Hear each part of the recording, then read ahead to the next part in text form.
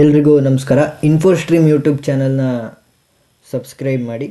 So ಎಲ್ರಿಗೂ ಸ್ವಾಗತ. ಈ ವಿಡಿಯೋದಲ್ಲಿ ನಾವು ಆಪರೇಟಿಂಗ್ ಆ್ಯಂಪ್ಲಿಫೈಯರ್ಸ್ ಅಂದರೆ ಒಪ್ಯಾಮ್ ಆ್ಯಸ್ ಡಿಫ್ರೆನ್ಷಿಯೇಟರ್ ಬಗ್ಗೆ ನೋಡ್ತಾ ಹೋಗೋಣ. ಸೊ ಫಸ್ಟಿಗೆ ಏನು ಮಾಡ್ತೀನಿ, ಒಂದು ಒಪ್ಯಾಮನ್ನು ಬಿಡಿಸ್ತೀನಿ. ಸೊ ಸರ್ಕ್ಯೂಟ್ ಡಯಾಗ್ರಾಮ್ ನೋಡ್ತಾ ಹೋದರೆ ಫಸ್ಟ್ ಒಂದು ಒಪ್ಯಾಮ್ ಮೈನಸ್ ಪ್ಲಸ್.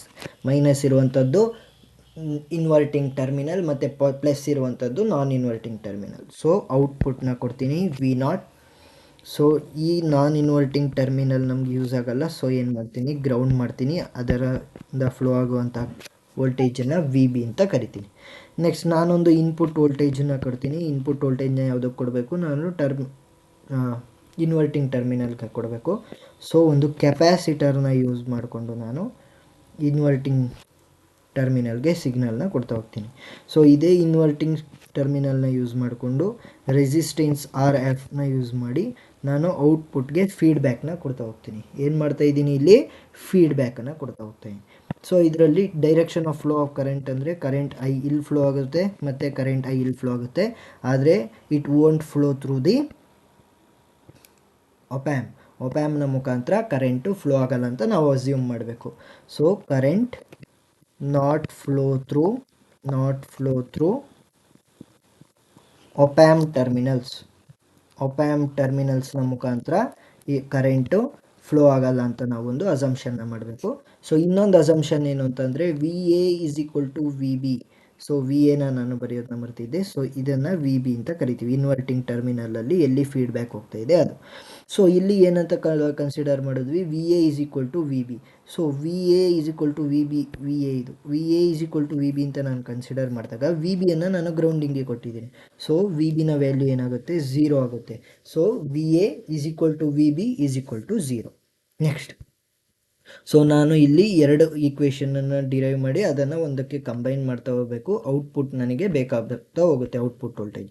ಸೊ ಫಸ್ಟ್ ಏನು ಮಾಡ್ತೀನಿ ಅಂತ ಅಂದರೆ ಕರೆಂಟ್ ಅಟ್ ದ ಇನ್ಪುಟ್ ಸೈಡನ್ನು ನೋಡ್ತೀನಿ. Current at input side.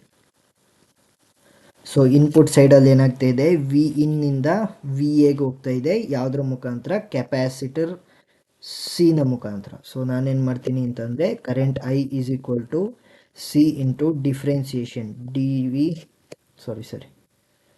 D by D T of V ಬರಿಬೇಕಲ್ವ. ಸೊ ಯಾವುದರ ಮಧ್ಯೆ ಹೋಗ್ತಾ ಇರೋದು, Vin ಮೈನಸ್ VA.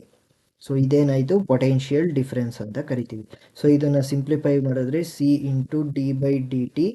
ಸೊ VAನ ವ್ಯಾಲ್ಯೂ ಏನಾಗಿದೆ, 0. ಯಾಕಂತಂದರೆ VA is equal to VB is equal to 0. So ಏನಾಯಿತು, ನನಗೆ ಕೇವಲ Vin ಮಾತ್ರ ಉಳಿತು. ಅದನ್ನು ನಾನು ಈಕ್ವೇಷನ್ 1 ಅಂತ ತಗೊಳ್ತಾ ಹೋಗ್ತೀನಿ. Next, input at the output side. Current at output side. So current output side ಏನಾಗುತ್ತೆ, ಕರೆಂಟ್ನ ನೋಡ್ತಾ ಹೋದರೆ ಈ ಫೀಡ್ಬ್ಯಾಕ್ ಸರ್ಕ್ಯೂಟ್ನ ನೋಡ್ತಾ ಹೋಗಬೇಕು. ಸೊ VA ಇಂದ V0ಗೆ ಹೋಗ್ತಾ ಇದೆ. ಯಾವುದನ್ನು ಯೂಸ್ ಮಾಡಿಕೊಂಡು, ರೆಸಿಸ್ಟೆನ್ಸ್ RFನ ಯೂಸ್ ಮಾಡಿಕೊಂಡು. ಸೊ ಹೇಗೆ ಬರೀತೀನಿ ಅಂತಂದರೆ I is equal to V by R. VA ಇಂದ ಹೋಗ್ತಾ ಇದೆ ಎಲ್ಲಿವರೆಗೂ, V0ವರೆಗೂ. ಯಾವ ರೆಸಿಸ್ಟೆನ್ಸ್ನ ಯೂಸ್ ಮಾಡಿಕೊಂಡು, RF. ಸೊ ನಮಗೆ ಆಲ್ರೆಡಿ ಗೊತ್ತಿದೆ VAನ ವ್ಯಾಲ್ಯೂ 0. ಸೊ ಉಳಿದಿರೋಂಥದ್ದೇನು, minus V0 by RF.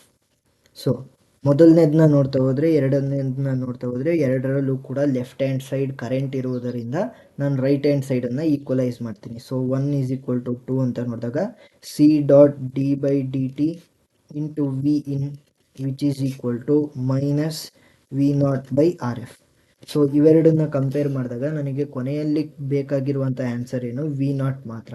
So ನಾನೇನು ಮಾಡ್ತೀನಿ, V0ಅನ್ನು ಈ ಕಡೆ ಬರಿತೀನಿ. ಇನ್ನು ಉಳಿದಿದ್ದನ್ನು ರೈಟ್ ಹ್ಯಾಂಡ್ ಸೈಡ್ ಶಿಫ್ಟ್ ಮಾಡ್ತೀನಿ. ಸೊ ಉಳಿದಿರೋಂಥದ್ದೇನು, ಕೆಳಗಡೆ ಇರುವಂತಹ RF ಏನಾಗುತ್ತೆ, ಆ ಕಡೆ ಸೈಡ್ ಹೋದಾಗ ಮೇಲೋಗುತ್ತೆ. So RF into C D by D T of Vin.